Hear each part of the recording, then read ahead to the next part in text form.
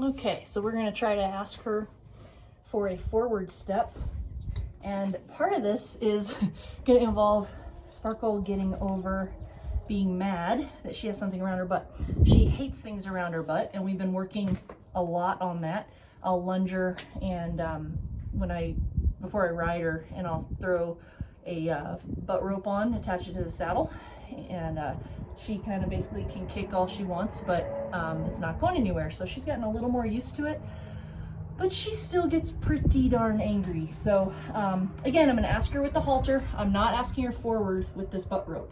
The butt rope is only to make backing up really miserable. So let's just get a little bit of a step. I'm not wanting her necessarily to load in the trailer. All I am wanting is for Sparkle to, let me see if I can get this turned a little bit. I'm just wanting Sparkle to feel that she needs to move forward when I ask her to. Good, so that was a step forward. Now I'm gonna use the butt rope. She's kind of kicking. See if I can show you what she does when she backs up. So she's probably gonna take a step forward. Now she's backing up, so I'm using the butt rope. And I'm just holding it steady and hoping it doesn't come off. There. So it's around her tail. Now it's starting to come off. So my next plan, come here, is if this doesn't work, I'm going to throw a saddle on her so that she cannot get away from this feel. And I'll show you what I mean by that. Okay, so as you can see, she has a butt rope back on her, but she also has a saddle. And I have the butt rope, let me see if I can move her head so you can see. I don't know if she'll get in the right position here. Come on. Hang on a second. So I have the butt rope on this side, clipped to the D-ring, the flank cinch, back cinch D-ring. Ran the rope around her butt, and then ran the rope up through the stirrup on the other side so that it's a lot lower than it was. And now the idea is she can't really buck as hard. Let me see if I can fix this camera. She can't buck with it as hard, so she's not going to have as easy a time getting it over her butt. So again, I'm going to ask her forward with the rope, and all I want from this horse is forward without backing up. So now I'm engaging the butt rope. She's pissed. She gets to just deal with it for a while. Now she's mad that she can't get it off her back. So there, she quit, and I let up off the butt rope. And I'm going to ask her forward. I want her to realize that forward is where all the relief is. That's where she gets to rest. A lot of people get just scared when they start acting like that. As long as you keep their heads towards you, and as long as you give them an adequate release point where they understand exactly where that release is, and in her case, it's just quit. Just quit going backwards, quit being angry. Then all of a sudden, she's a lot better. Good girl, so forward gets her everything. Good girl. So again, I'm taking care to just ask with the rope for forward and not ask with the butt rope. The butt rope is only a correction for backing up.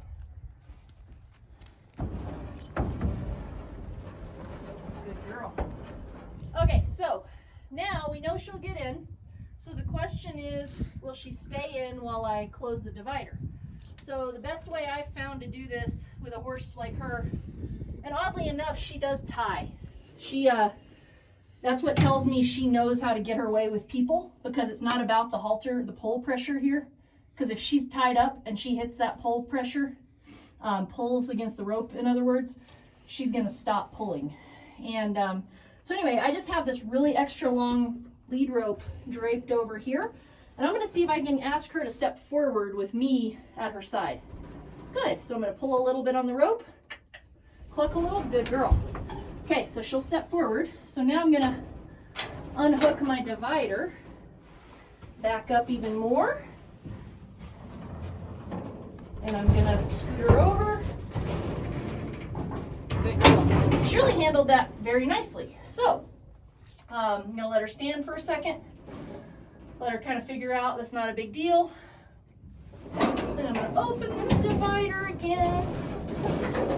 And here's what's really nice about using the divider is now she's primed to kind of turn around and come out like I want her to. And again, I don't really like horses coming out forwards normally, but with her, since backwards is her #1 escape mechanism, I don't want her thinking that she can get out of here by going backwards. Oops. Okay, so it's caught around her leg, which is fine. I just wanted to, we're gonna cut that out. I just want her to give to the rope. So I gotta fix this because when she was inside, it got all twisted. When stuff does happen like that, you just basically reassess. And what I'm gonna do is I'm gonna have the rope now go through the D-ring, the back cinch D-ring on this other side, so it's higher up, so that it's not gonna get down around her fetlocks like it was.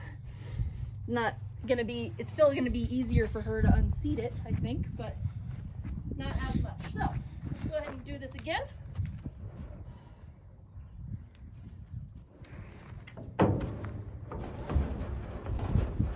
Okay, so same thing. I am going to put it through there. Ask her to move up.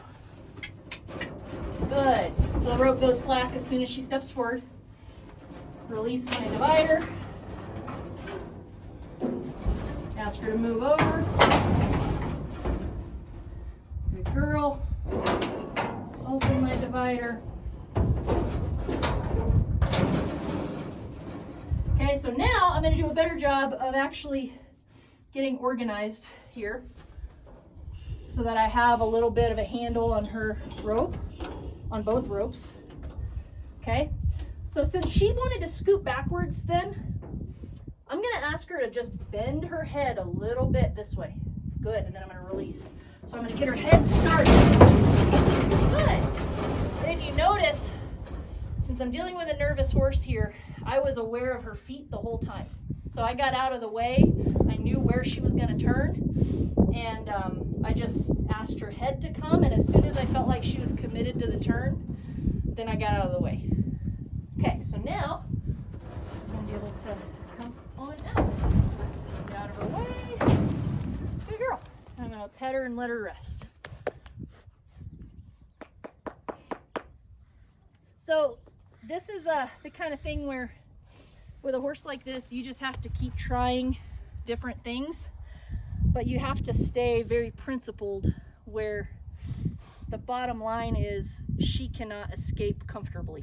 If she tries to quit and tries to escape, it needs to be miserable for her. Another way to do it is to, if she, and I've done this with her, if I wanted to, if she runs backwards, I could just run backwards with her and keep her moving backwards until she gets sick of it. So I back up forever. But since I'm pregnant and I'm tired, I don't really want to do that. And the other thing you can do is every time they leave, lunge until they're breathing hard. And then the trailer becomes kind of a natural rest point. So those are just some other options. There's not just one way to do it, but this is the way that I found works best for her.